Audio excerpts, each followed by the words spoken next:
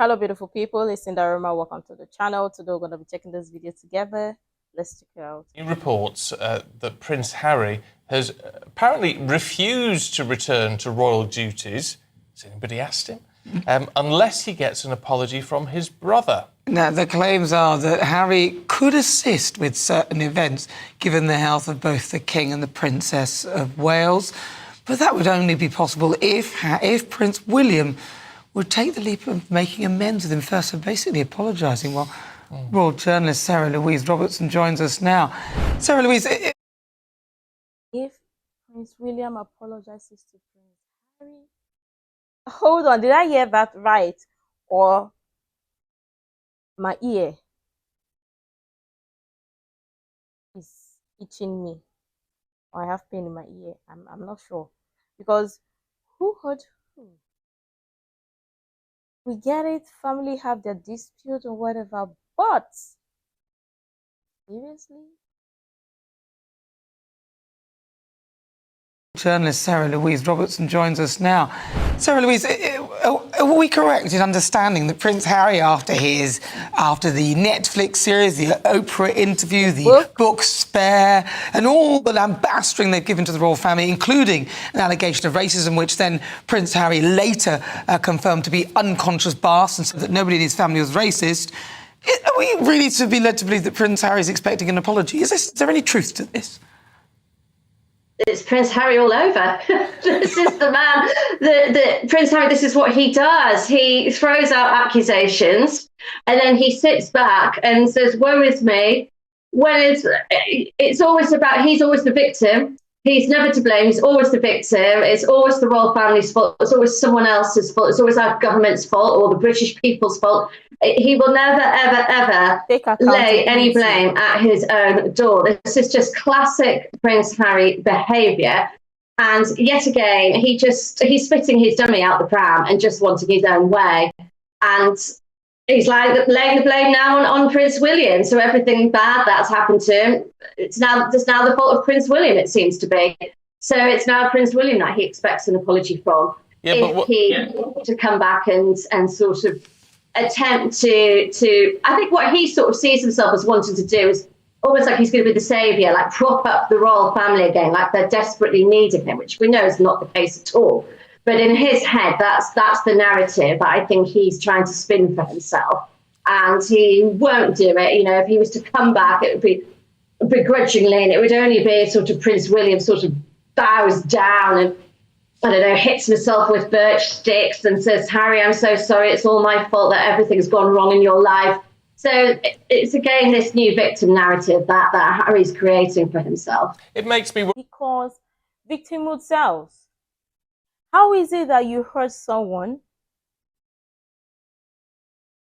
or you don't want to take accountability for what you're doing or what you've done, but still claim the victim, play the victim? No sense of accountability. Like, make it make sense. How is it that everybody is always going to be at fault except you? If everybody is at fault and you are never at fault, there is something obviously wrong with you. Or what do you think? Creating for himself. It makes me worry about him, frankly, Sarah Louise, because if this is true, then he certainly thinks that there is a role for him in the royal family. He thinks there's a role for him amongst the British people, and and he wants an apology to come back and do it. Whereas, as you say, the reality is the royal family don't seem to want him back. William doesn't seem to want him back, and frankly, William definitely doesn't. I don't think the British people would want him back. No, this is it. You've hit the nail on the head there, Stephen, exactly. It is worrying, that mindset that he can look at things in this way and cast himself in this positive light. And as I said before, sort of lay all his troubles at William's door. He actually does believe that they need him and that he can do this half in, half out role, which the Queen famously told him at the time when we had Brexit back in 2020. She said, you can't do that. You can't have a foot in each camp. You can't be in America 6 months of the year and sort of pick up, in here, basically getting all the perks of being a royal, really, is what he's missing. She says you can't do that. You're either in and you're a working royal, or you go away altogether. And at the time, we obviously know he chose to go away altogether. Now, this is Harry starting to try and get what he wanted at the start, which is the half in, half out analogy, where he can look like he's sort of like parachuting in, like Tom Cruise in a film. Oh yes, I'm here to save the day. I'll come and do this thing that you desperately need me to do. But then when the going gets tough, he races back to California and has his lovely Hollywood life over there and his lovely mansion in Montecito and all the rest of it, and can fly around the world on private jets and do whatever he likes. So he wants to have the best of both worlds. And he seems to think that he ought to have the best of both worlds. This is what I just find hilarious about him. What's actually, it's not hilarious, it's worrying, as you said, that he really believes that he deserves, that it's his royal privilege to have the best of both worlds. And that's what he should be allowed to do. And the person that's the thorn in the side is stopping all of this, in his mind, is now Prince William. No one else, just Prince William. And what he's trying to say is he's trying to basically turn everyone against Prince William and say, well, he's the stopper. He's the block from me being able to come back and do the royal duties that you will desperately need me to do. And that's, I think, where he's believing this in his head. He does miss life, yeah, he does. It's laughable. It's laughable that he doesn't seem to have any empathy towards anybody else apart from himself. No, not. Sarah Robertson, thank you so much, Sarah. Really good to talk to you. She was on a rant there. I could see her. She was away with that. I get on one of those as well. Wind you in, Sarah Louise. Because this is an adult, not even a child. You can't always eat your cake and have it. Like, make it make sense. Look at what he's done to his beloved country so far. That gave him everything, or is it too much privilege? Maybe. Because he's a prince. He's a freaking prince. That's if he even knows that he's a prince. What does he even want? Rather to apologize. Because what he wrote in Spare alone.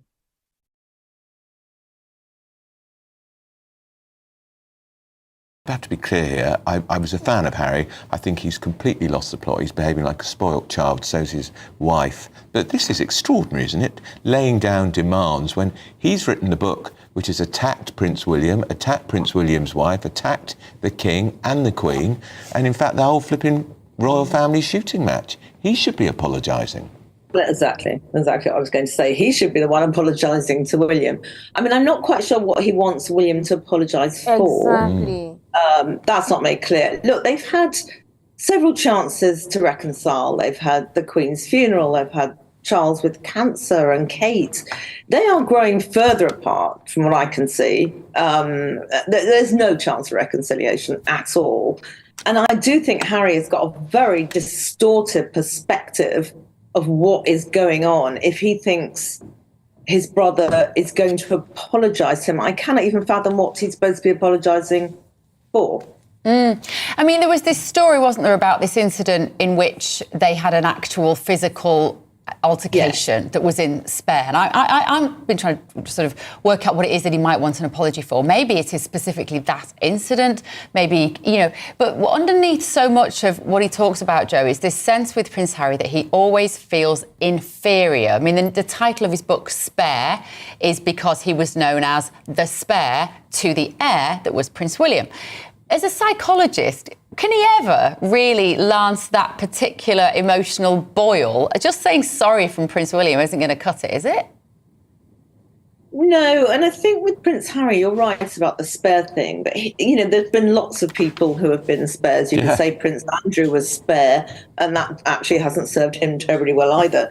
But he's made a role of it. He's created a dynamic from that role, which he is capitalising on. And And then he starts believing that he really is hard done by because he's in this junior role where he'll never be king. And I don't think he thinks in the real world anymore. I think he's so far removed from actuality, from reality now, at least in terms of the royal family, that nothing shocks me that he says anymore or asks for, but I do think none of it's going to happen at all. I mean, he's pursuing the British press, isn't he? He's still going on with that. He's living his life in California. I'm sure he's very happy out there. I'm not even quite sure what he wants, and I don't think he knows what he wants either, which is more to the point.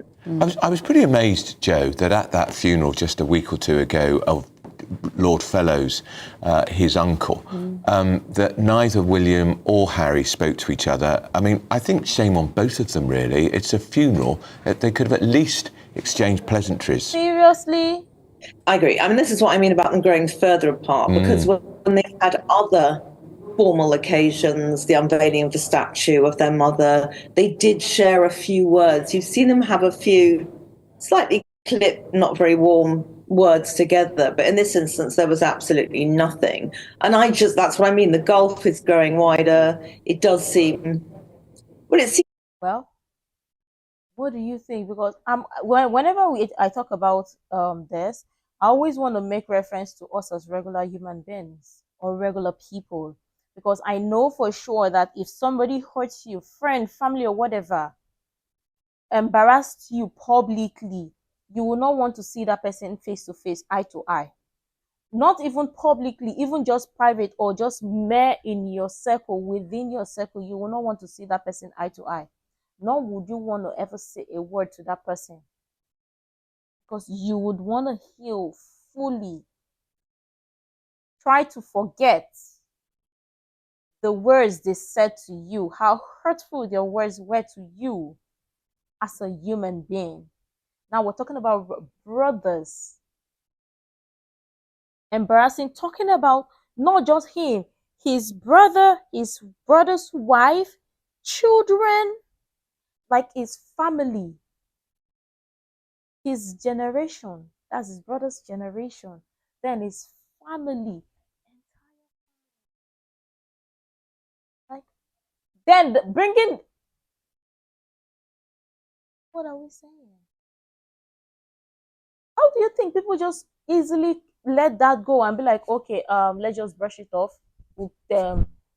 take a pause on this and come back? Do people really just hold on to say, oh, let us take a pause from our conflict, we'll resume tomorrow or resume by 5 o'clock?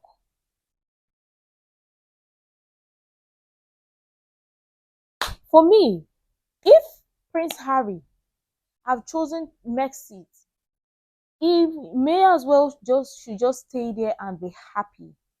Or isn't California or Montecito fulfilling anymore?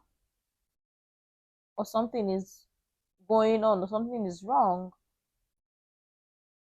somewhere. What do you think? Because obviously, why does he even need apology? If this is true, why does he even need apology from his brother,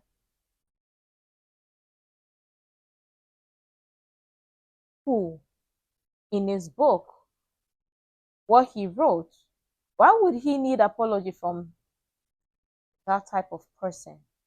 Or he wants to play or be the big boy? Why does he need an apology? That is not sitting well with me. sad. I don't know if it seems rude that they didn't speak. It seems sad. They'll fulfill their functions for the funerals of their relatives utterly independently from each other. And I actually don't see any reconciliation in the near future, possibly when they're much older. You know, you get a bit more mellow, don't you? You're a bit more forgiving. But, you know, in the next, even, you know, God forbid, when their father dies, I still do not see them coming together at all. I think the gulf is wider than ever and appears to be widening even further. As a psychologist, Jo, if you had Prince Harry sat in front of you in a chair, where would you start? Oh, big question, Bev. Look, he's had a lot of therapy, so I'd have to bear in mind that he's already gone through many, many processes. I think I would say to him, what is it you want? Well, in your ideal Exactly. What do you scenario, want? how could you be the most fulfilled in your life? What would you like to happen? When he tells you that, how can we orchestrate that happening? How can we move on so that that does happen? I don't know even the answer to that first question. That's the problem. Yeah, and I he don't probably know doesn't really know either, what does he? that, yeah, it might take a bit of time to drill down. It'll be more than one session, trust me. Yeah. Well, we've even seen him live stream his therapy sessions, haven't we? And it doesn't seem to have done a huge amount of good. Jo Hemmings, behavioural psychologist, thank you so much for joining us. And one day, I think, on Britain's Newsroom, I might do that to Andrew. We might just have a little therapy session where I ask him who he wants to be. I think I know who I want to be. I don't think I need therapy. Because I've asked the exact same question. What does he really want? What does he want? He left Britain that wasn't fulfilling, that was all sorts of names, to America, pursue a life in Montecito, or should we even use the word greener pastures in America? What do you think? To a more fulfilling life outside of the royal family, that does not like his family, but is coming back to this family that does not like this his family. So that what will happen? I thought the essence was so that you stay in America, enjoy his life, fulfilling life with his family, that will make him whole again, that has accepted him to be whole, and enjoy the breeze from California, Montecito, the very refreshing breeze. I thought that would be the essence, and live happily ever after. But no, he doesn't want that. He doesn't even really know what he wants. Yeah. The question is, what does he want? I wish he could answer that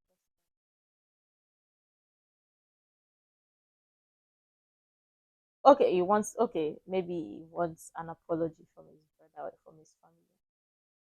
That would do. What do you think that would do?